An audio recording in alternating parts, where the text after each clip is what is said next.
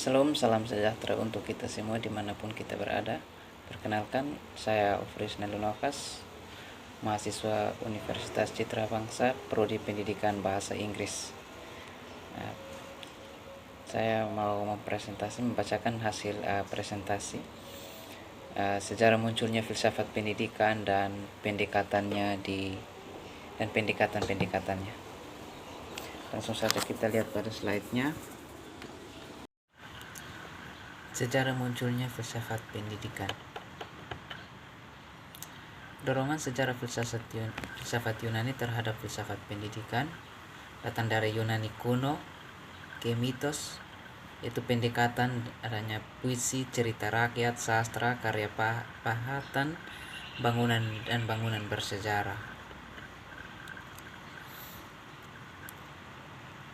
Kesusastraan tertua di dunia. Pertama mulai dari perang Troya, munculnya Homerus, adanya Ilias dan Odyssea. Isi kitab Ilias, penculikan putri Helena dari Sparta oleh Pangeran Paris dan Troya, dari Raja Agamemnon dan Raja Priamus oleh siasat kuda Troya, Achilles dan Hector. Siasat kuda Troya pada Raja Aeacus. Siasat kuda Troya, pemenangnya adalah tentara Yunani bersembunyi di balik kuda kayu raksasa. Karena kuda tersebut dianggap suci oleh bangsa Troya, maka mereka membawa masuk kuda tersebut ke dalam bentengnya. Seketika tentara Yunani yang bersembunyi menyerang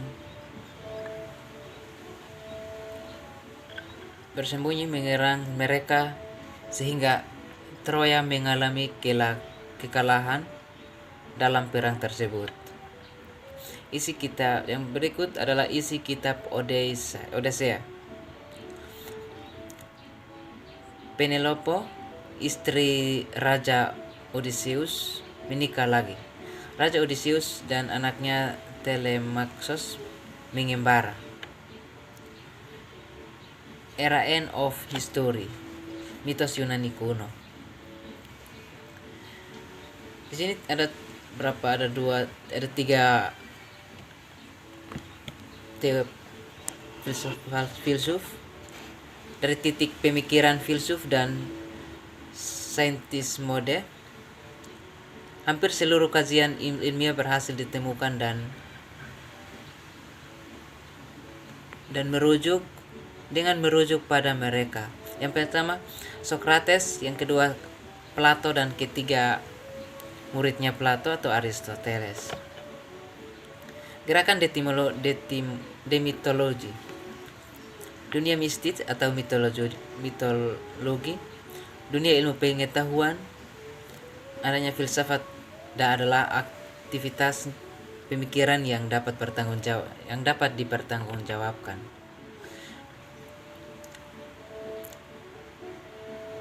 Yang berikut adalah pemikiran filsafat pendidikan pra-Sokrates. Munculnya kaum sofisme atau cendekiawan di Athena dipelopori oleh Protagoras. Menurut kaum sofis, kebenaran tidak ada yang berlaku secara universal. Manusialah yang menjadi ukuran kebenaran. Oleh karena itu, kebenaran hanya berlaku secara individu. Pemikiran filsafat masih di topik yang sama, pemikiran filsafat pendidikan pra-Sokrates. Kaum sofis untuk pertama kalinya di dalam sejarah mengorganisir pendidikan untuk semua orang untuk orang muda dengan istilah paidie, yang berarti pendidikan hasil pemikiran mereka tersebut pengaruhnya masih terus berlangsung sampai saat ini. Pemikiran filsafat pendidikan Socrates. Pendidikan dengan metode dialektis. Melakukan dialek untuk mencegah masalah dan mencari kebenaran. Itu ada berapa langkah. Yang pertama, siswa didorong untuk berpikir secara cermat untuk menguji coba sendiri dan untuk memperbaiki pengetahuannya. Yang kedua, siswa dituntut untuk mengembangkan kemampuannya sendiri dengan berpikir kritis, sedangkan guru tidak dibenarkan memaksakannya pengetahuannya kepada siswa. Yang ketiga, kewibawaan guru diterima atau diakui peserta didik bukan karena dipaksakan. Tujuan pendidikan merangsang penalaran yang cermat dan disiplin mental yang menghasilkan perkembangan intelektual yang terus-menerus dan standar moral yang tinggi. Pengetahuan adalah kebijakan. Belajar pengetahuan haruslah sungguh-sungguh, jangan hanya sekedar mengetahui teori saja, tetapi harus mengerti dan memahami apa yang benar. Socrates mengukuhkan cara berpikir yang bersifat induksi dan dibangun melalui dialog. Pemikiran yang berikut adalah pemikiran filsafat pendidikan menurut Plato. Plato adalah murid Socrates yang paling terkenal dan mengembangkan sistem filsafat yang dibangunnya sendiri. Plato mendirikan sebuah akademi pusat studi ilmu filsafat yang digagasannya akademik ini terus berkembang hingga menjadi sebuah universitas pertama di dunia. Pemikiran filsafat pendidikan menurut Plato. Pendidikan adalah tanggung jawab negara dan pelaksanaannya. Pendidikan harus mendapatkan perhatian yang utama. Yang kedua, pendidikan pada hakikatnya merupakan tindakan pembebasan dari belenggu ketidaktahuan dan ketidakbenaran atau kebodohan. Yang ketiga, tujuan pendidikan menemukan kemampuan-kemampuan ilmiah setiap individu dan melatih sehingga ia akan menjadi seorang warga negara yang baik, dapat melaksanakan tugas-tugasnya secara efisien dalam suatu masyarakat yang harmonis. Yang berikut, pemikiran filsafat pendidikan menurut Aristoteles. Aristoteles adalah muridnya Plato. Sejak kecil beliau telah menerima pendidikan yang lengkap dan mendapatkan pengalaman melalui pengamatan tentang gejala-gejala penyakit dan teknik pembedahan melalui kegiatan ayahnya. Beliau membuat banyak kemajuan dalam bidang filsafat dan bidang ilmu pengetahuan seperti logika, fisik, metafisika, politik, etika, biologi, dan psikologi. Pemikiran filsafat pendidikan menurut Aristoteles. Tujuan pendidikan adalah kebahagiaan untuk mendapatkan hidup yang baik adalah melalui pendidikan. Pendidikan bukan hanya berhubungan dengan akal saja, akan tetapi berhubungan dengan perasaan. Akal yang berkembang didukung oleh perasaan yang berkembang akan mencapai kebahagiaan dalam hidup. Oleh karena itu, akal dapat dipakai untuk mengatur nafsu dan dapat mengendalikan hidup. Aristoteles memperhatikan pendidikan dasar. menjelaskan bahwa laki-laki dan perempuan sebagai warga negara sebaiknya diajar atau dibimbing sesuai dengan kemampuan masing-masing. Pandangan ini sama dengan Plato, bahwa setiap individu memiliki kekhasan sendiri. Disiplin merupakan sesuatu yang esensial atau penting untuk diajarkan kepada para pemuda agar mereka mampu dan dapat mematuhi perintah-perintah dan mengendalikan dorongan hati mereka. Yang berikut adalah pendekatan filsafat terhadap filsafat pendidikan. Yang pertama, hubungan filsafat dengan pendidikan. Filsafat dan pendidikan merupakan dua hal yang tidak dapat dipisahkan. Pendidikan merupakan aktivitas bersifat teologis, yaitu aktivitas yang diarahkan kepada pencapaian tujuan. Tujuan pendidikan merupakan sesuatu yang ideal yang berkenan dengan sosok manusia yang diharapkan. Yang kedua, filsafat membahas segala sesuatu yang termasuk fenomena pendidikan. Cabang filsafat yang harus membahas fenomena pendidikan adalah filsafat pendidikan. Yang berikut, B. Pengertian filsafat pendidikan. Filsafat pendidikan adalah nilai-nilai dan keyakinan filosofis yang menjiwai, mendasari dan memberikan identitas suatu sistem pendidikan. B. Filsafat pendidikan merupakan analisis filosofis terhadap fenomena pendidikan. C.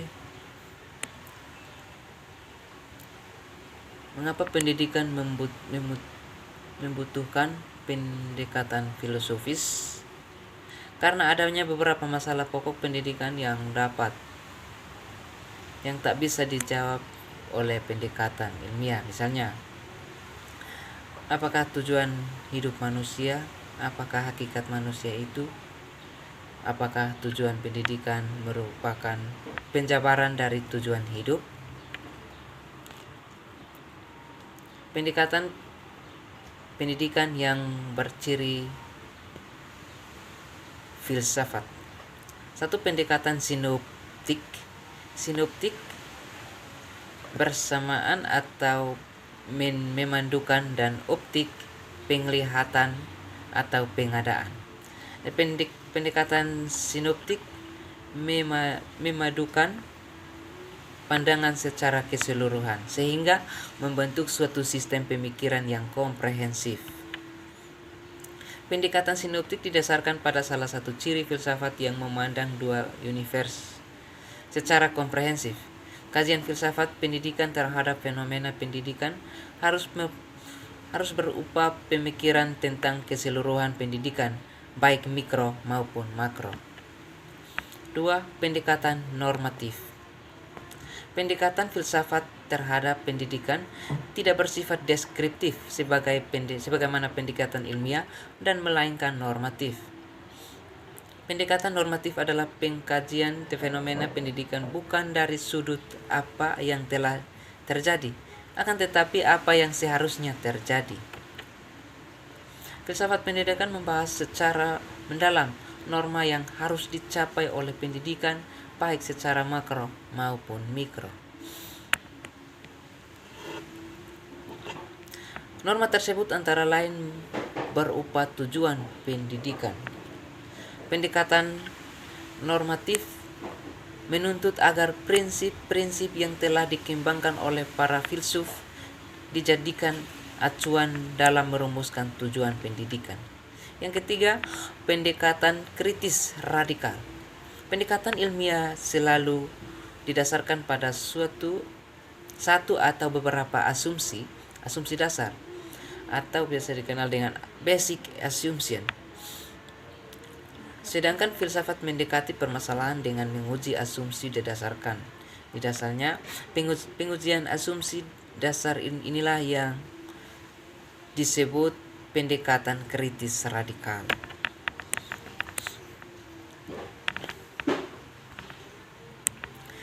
Pendekatan kritis radikal dibutuhkan oleh teori dan praktik pendidikan. Pendekatan ini penting karena sistem pendidikan yang kuat bukan hanya jika hukum-hukum dan teori-teori yang akan diterapkan dalam praktik pendidikan teruji kebenarannya, tetapi juga asumsi-asumsi yang menjadi landasan dari teori dan hukum tersebut juga teruji